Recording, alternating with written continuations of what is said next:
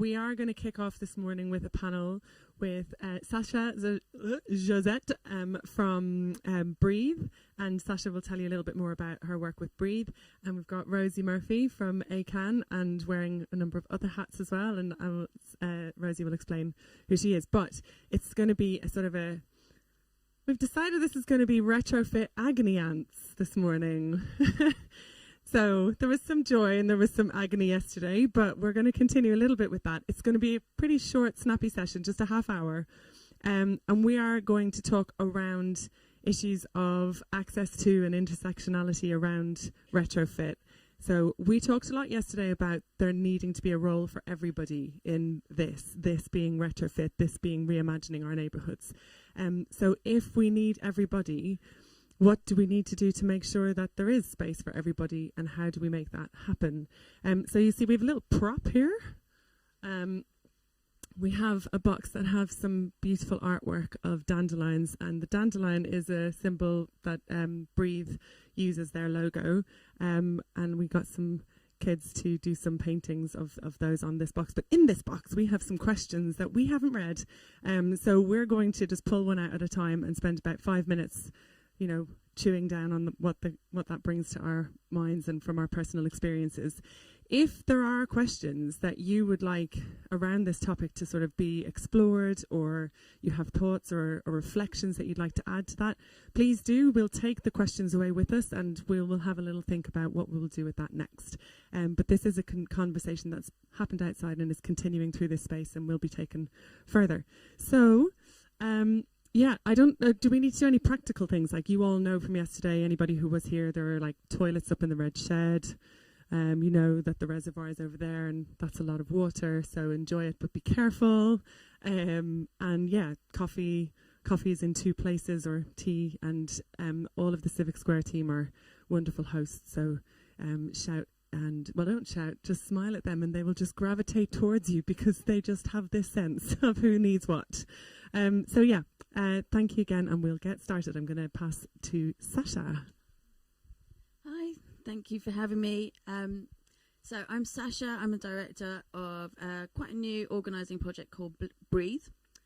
We do community organising for climate justice. And it kind of came about partly out of grief and anger and trying to work our way through the feelings of grief and anger towards something kind of positive that we could do.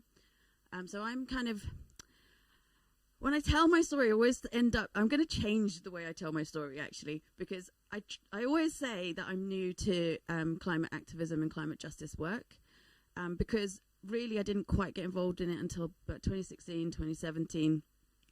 I was asked to do the movement building and organising with the Labour Party around the Green Industrial Revolution policy with Becky Long-Bailey's policy team. So it was kind of participatory policy making, co-curated with communities up and down the country. We focused on deindustrialised areas, ex-mining towns, working class areas where we were bringing together communities from people from across the community. So we would have roundtables with vicars, school strikers, fracking nanas, workers from the nuclear power plant, all talking about what a just transition for their community means. I'm going to put this down because I'm going to splash water everywhere. I'm going to waving about. Honestly, one of the most amazing jobs I've ever done in my life. It was so wonderful to go into communities that Westminster ignore, because they can't be bothered leaving the M25 to actually have communities with people whose these policies are going to impact the most. But being able to co-curate, so it became more than participation, it was organising with communities to create regional manifestos that really mattered to them, and campaigns that really mattered to those communities, particularly when we are going into spaces where politicians, policymakers, power holders have gone in and made promises and not kept them. And so why should people actually trust us when we come in and say, retrofitting is going to be really great for you? So it's kind of like we kind of went back to the beginning and started to build that trust. However, as you all probably know, the 2019 election was a disaster for us. And after I finished raging and grieving and crying and then raging again, actually realized that it might have been a loss for that particular leadership, but it wasn't a loss for us, because the people that we went out to build trust with, created these amazing manifestos with, were still there, still trusted us, and still wanted to be involved in climate justice. So how do we take this work out of a party political context back into communities and keep building on that trust and create transformational change?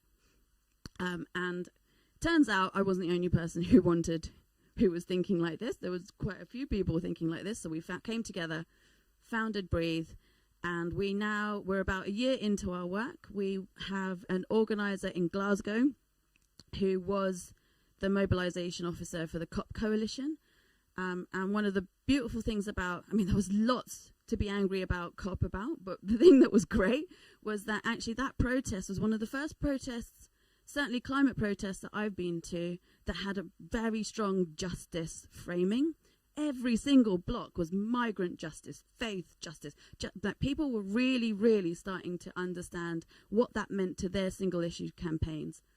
And the person who was running that was a mobilization officer, and we went to her and said, look, how can we solve the problem we have in the climate movement, in that we don't have enough activists to sustain the resistance that we need to sustain the kind of block and fight back part of our ecosystem? How do we resolve and create a healthy ecosystem between organizing and mobilizing? Can we pay you to go and do this work and work out how you continue to deepen the work that you did for COP? We also have someone in Newcastle who is working on the intersection of climate justice and health. So that's a partnership with Nurses United. We have someone who hasn't started yet in Stoke in September, who is looking at the rise of the far right in our communities, and how it's not a counter strategy, it's not about tackling, it's about how we use community organizing strategies to take up more space than they do. So we want hopeful, transformational, full of opportunity, take up more space, be louder. So that's the kind of, whether that works or not, I don't know. Please, if you do this again next year, invite me back and I'll tell you. In case anyone heard that from you. And then we have an organizer here in Birmingham, actually just outside Birmingham in Northfield, who is looking at how we organize a high street towards a just transition, or an ecological transition, because the words are interchangeable, and when you're working in communities, I don't really care what word you use, as long as we bring people with us along the way. Can community ownership models, community wealth building principles be used towards a just transition? How do we support communities to come up with campaigns that really matter to them? So he's just started about a month in, and then you invited me here. So that's where I'm at. Thanks very much, Sasha. Hello, everyone. So my name's Rosie Murphy. So I'm a part of ACAN.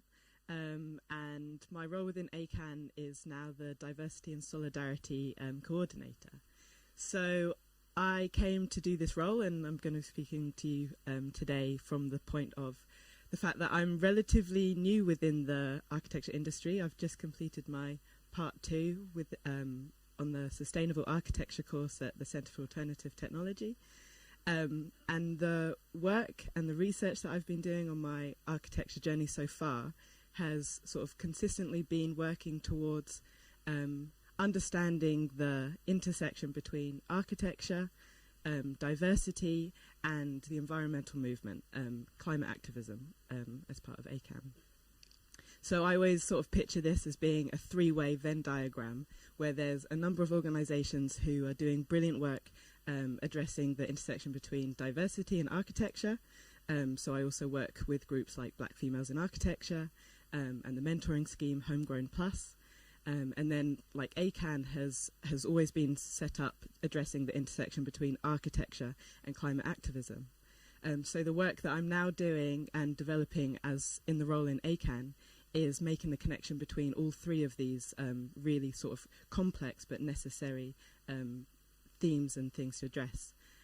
So I'll be talking today about how community organising and participation and inclusivity relates to the work that we're doing towards a just sort of retrofit approach within our building environment. So one of the other jobs that I do is with a really great social enterprise called Matt and Fiona, where we work with children and young people by doing small-scale build projects and installations, and we can ask young people how they see a way to improve the built environment, and then actually providing them the tools to be able to bring those visions to life and empower them to see their visions turn into built reality. So that's me. Thank you.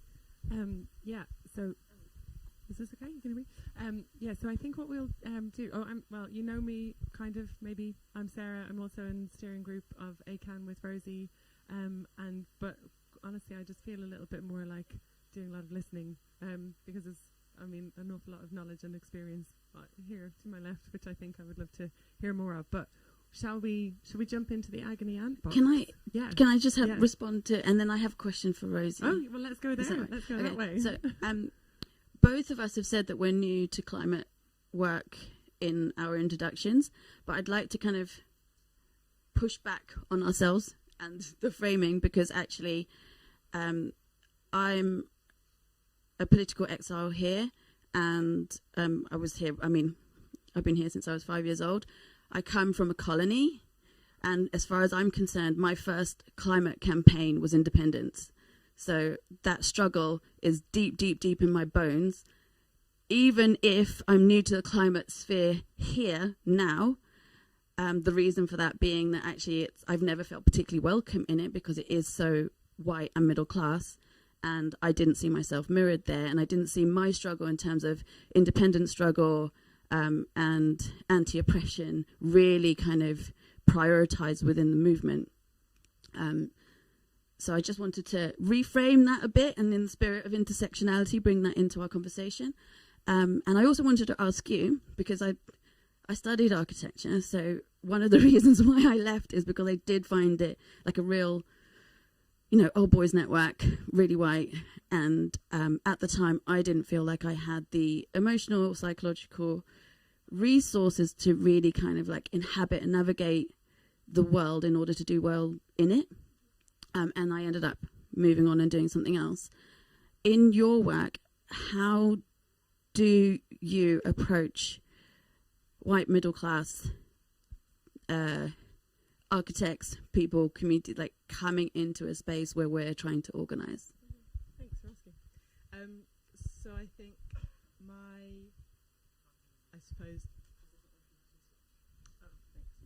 Thank you. Is that better? Yeah. So I think my way of thinking, working, moving to within these spaces, I take it often negatively as being quite a personal responsibility, and this is something that sort of people from a lot of sort of underrepresented groups will end up feeling. So I take it as a personal responsibility to leave spaces that I see as being unequal or unjust, to work within them so that anyone coming sort of behind me, the younger generation, can find it in a better position and in a better state than what I've sort of been going through. So that's why I've always gone back to sort of my places of study and educational institutions, because as a student in these spaces, it can often like be a real space for discrimination. So I've gone back, organised mentoring schemes, done training with tutors, worked with ACAN through the ACAN education group to develop the culture within educational institutions, so that for future generations they don't have to face the same sort of negative experiences that myself and countless others have done before. So I think it's that sort of proactive approach which makes it even remotely approachable. And I think that's one of the things that I find quite positive about networks like ACAN and which is definitely part of the conversation about retrofit, is that when it becomes a sort of a sole endeavour and a personal responsibility, it can be isolating, and that's when it's the least sustainable, is when it's done in isolation.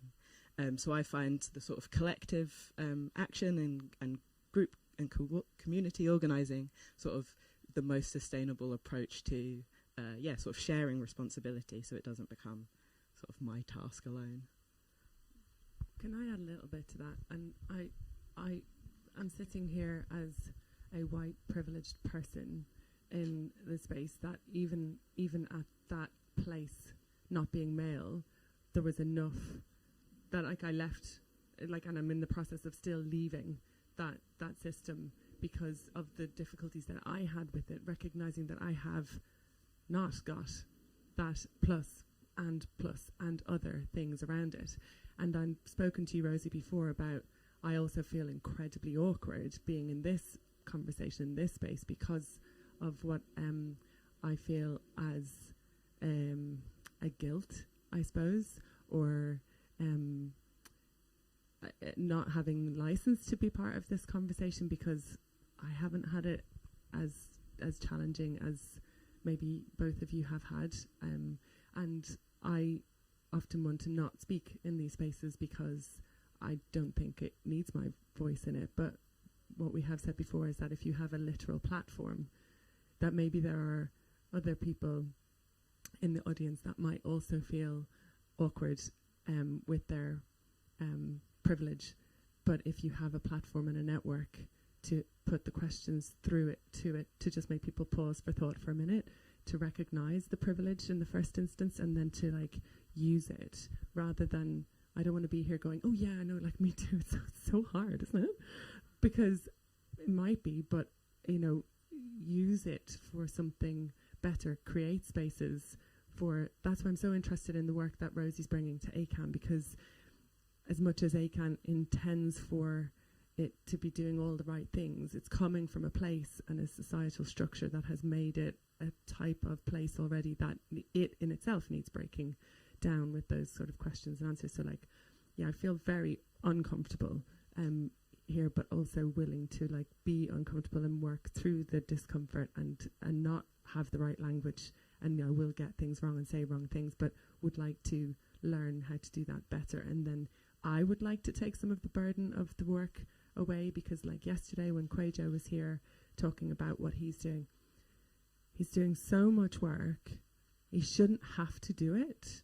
He should be able to finish his degree. He should be able to go and follow the line of work that he wants to do. He shouldn't have to do it, and he's having to do it. And he asked everybody yesterday what, you know, we asked, what would you want for everybody else to do? And he's like, well, keep talking about it. Don't let this become normal, and carry the conversation. And I think it's our responsibility to see that difficulty and use our privilege to take the burden where we can. I think so. I just sort of don't really know how to word that any better, but yeah, I think it was beautifully worded. And also, like, we're humans and we're messy and we get shit wrong. Sorry for my language, but we, you know, it's okay to kind of like work through this stuff and feel awkward and keep growing, because, you know, we have emotions and it's a really messy world and the world is on fire. So there's no judgment here. We did this last week. I was in Hungary for a European Community Organisers Network summer camp, all on climate justice, all for like climate organisers from around Europe. And the first session we did, I haven't done anything like this before, but it was a really beautiful way of very quickly understanding the climate crisis, climate justice, and privilege. And the facilitator did this beautiful drawing of a wave. And the wave was coming towards the shore, and there were all the frontline communities. And she asked the whole room, so like, where do you stand if this was a spectrum and this room was the wave and the frontline communities? Where would you place yourself along this, like physically? So we all had to get up, and there were some of us on the front line, and then like all across the room. And then she asked us to like close your eyes and like just do your, like, really embody how that feels. And those of us that were in the front line were just like, or just like, hold the line, hold the line, hold the line. Like, we were very kind of visceral. And then I looked and I opened my eyes like this because I had my eyes shut just to see what everyone else was doing. And it was just such an amazing feeling of, oh, wow, that's how everyone else feels as they get further and further away from the front line and have more and more privilege. I have a real problem with my water, haven't I? It's the wave. It's the wave. And the further and further away, like really being able to see that physically was like so powerful. And then she asked, how would you show solidarity with the people on, or allyship with the people on the front line? And each person started just like reaching out towards each other, and we built this like beautiful network of hands just like holding each other. And it just, yeah, it was a really beautiful moment. And maybe one day we can all do that together, because that's what the feeling of allyship and solidarity is. And it wasn't theoretical. It was like kind of, yeah, this is where I am, and I'm going to reach out to you, and I'm going to allow you to reach out to me as well.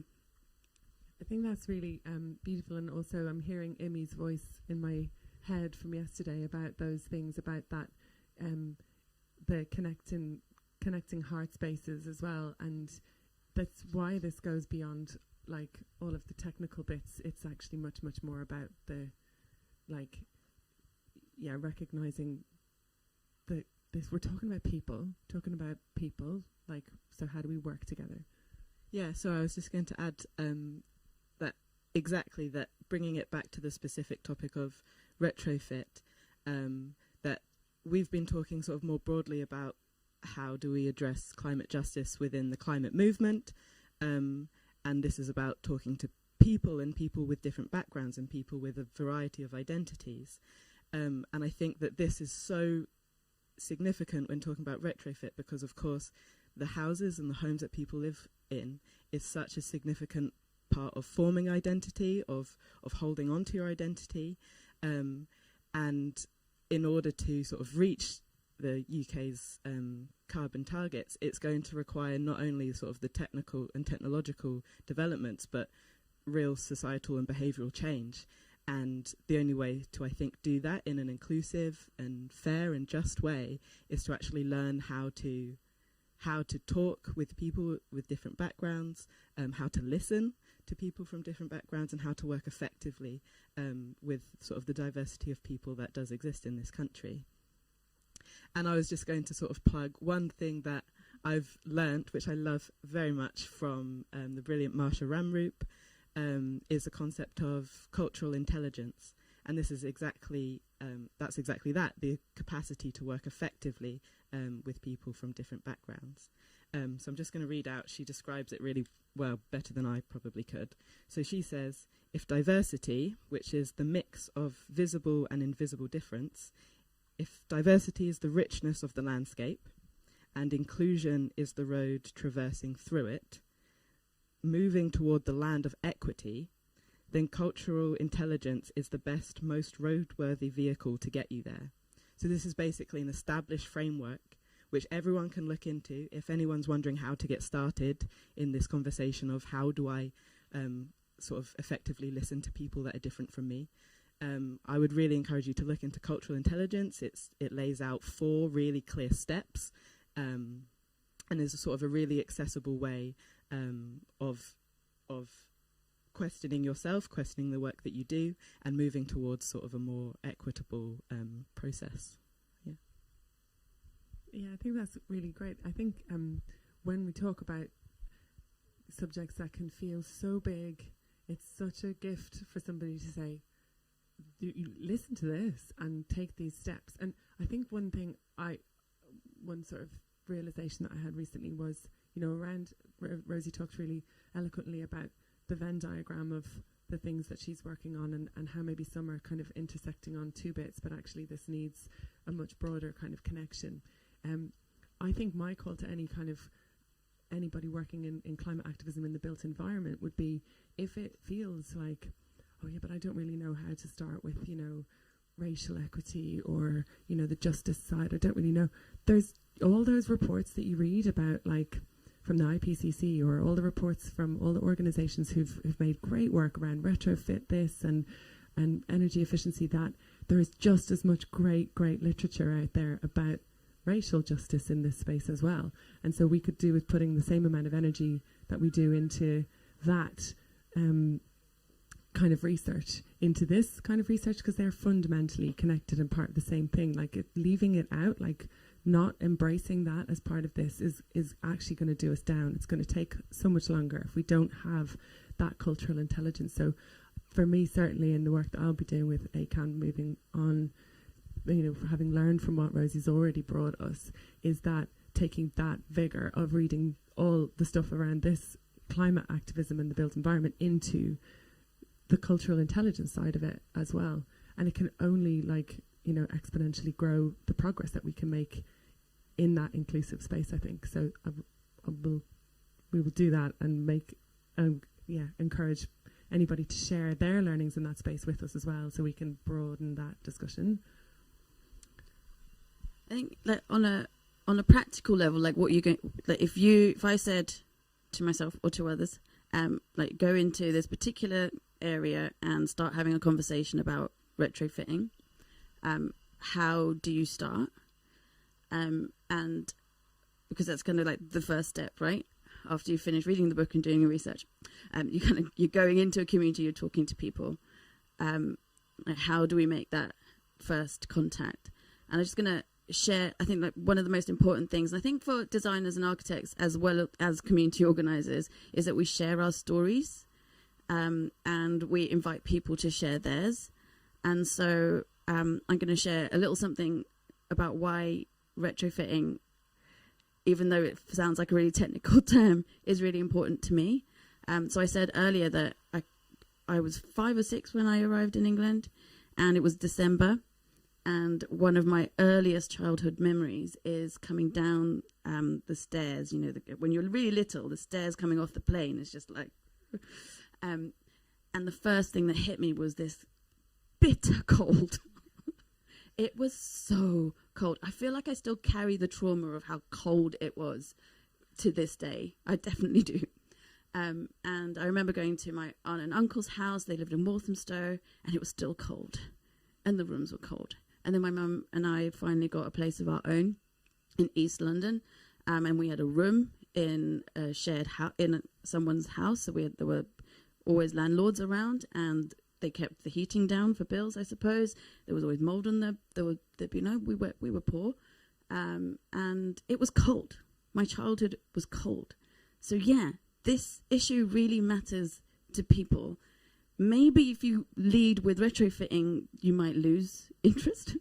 But if you connect to people's stories, to perhaps people's trauma without being extractive, to kind of share your story about why it's important to you, you start building that connection and trust. And I absolutely guarantee you every single person has some kind of connection to wanting to be warm and living in a warm house and having struggled through that. And your kind of retrofitting revolution starts there. Share your stories. Thank you for sharing. I think just sort of continuing that, I think that my story and my sort of connection to the topic of retrofit is sort of happening live, as I don't see myself as being an expert on the sort of technical side of developing retrofit, because I've never been in a situation where I can use this knowledge in my own sort of housing situation. I rent property. The idea of owning a house where I can make sort of these decisions for myself seems extremely distant and impossible. So I've never been able to apply these things to sort of my own living environment. And so I think in that instance, I could potentially be one of those people that feels excluded from this whole conversation, because I've got no sort of input onto what happens in my home. But it's exactly that realization that means, like, I am a part of this conversation, because for so long renters and young people do get excluded from these sort of decision-making aspects. That's just going to get worse, right? Because we have a cost of living crisis and an energy fuel crisis, and all the people who are feeling like the hit. It's just going to get worse and worse over the next few years. So I think there's a real opportunity right now to be organising and building campaigns and support for I haven't been here for the last few days, but I'm presuming from all the ideas that have come out of the last few days. Yeah, I think as you've both been talking, and where I feel like is where we've just gone. This conversation, page 1. And there's like 6,000 pages to go of just how it, but on stories of connections. I feel like we want to hear more about that, because I think that's what will, like, you know, that's what will help take this on. Like, if we walk away from here feeling it in, like, on our hearts and our chests. So I think what I might do is, like, we'll forget what's in there for the minute, and thank you to people who have. But what I'd like to do is invite you to add to it. So if we'll leave it, where will we leave it? I'll circulate at lunchtime and tell you where it is, but I'll probably leave it down here. And I would ask you to share your story of why Retrofit matters to you, like whether it's something that you lived or whether it's something that you know of, you know, a friend, a family member, somebody having lived, or why you've changed direction in your job, because I think there's a lot of shapeshifters in the room. So it would be lovely to hear those stories, and then maybe we can share those stories in the aftermath of this. There's been so much richness in the conversations yesterday and today. There's going to need to be a huge debrief about what do we do with all of that beyond here, and maybe we can use this to weave a story to take this to the next space when we have the next festival with Sasha, because, you know, that was an open call if ever I heard one. Yes, it does. And I think we'd like to hear one more thing from you before we close up about there's another festival. There is another festival. So at the end of September, and I don't have my phone with me, but it's the last weekend of September, is a festival called the World Transform Festival. Our ethos is come for the culture, stay for the politics. So it's music, art, theatre, about 250, sometimes more sessions. I'm running the climate strand, so hopefully it'll be good. But there's lots of other theme for this year is the cost of living crisis, and how that intersects with the economy, climate, all the other things. And also there were great parties. So if you don't want to go to that, come to the party. Where will this be? This year is in Liverpool. So we're all going to Liverpool, end of September. The World Transformed Festival. We'll share more about that afterwards. We'll get the details and share that to everybody, but that sounds brilliant. Thank you both so much for what is barely scratching the surface on something. And I really appreciate you sharing your stories. Yeah, thank you. Thanks for having us. Thank you very much.